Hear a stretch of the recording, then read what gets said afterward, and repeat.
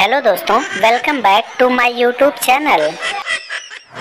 अरे अखिलेशवा तोरे ऐसी के तैसी करो ई का करत हवे रे हमरे साथे दाढ़ी बनावत ते हमें बांध के कि फौड़ा लेके टकला करे लगले।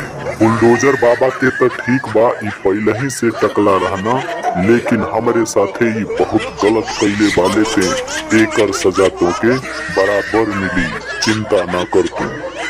अरे अरे मोदी चचा, तोहरे सब मिलके इलेक्शन में हम्मा हराए रहे तो तू का समझे?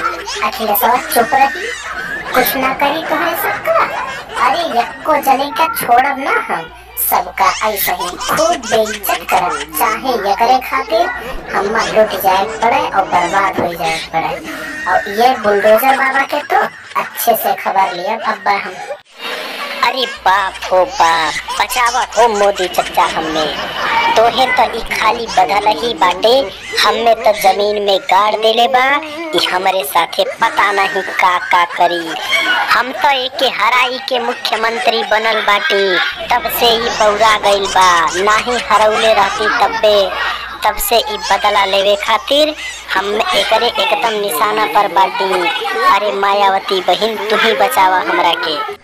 अरे बुलडोजर बाबा, हम काहे बचाई तोहे? हमें तो बहुत बड़ा झटका देहला इलेक्शन में।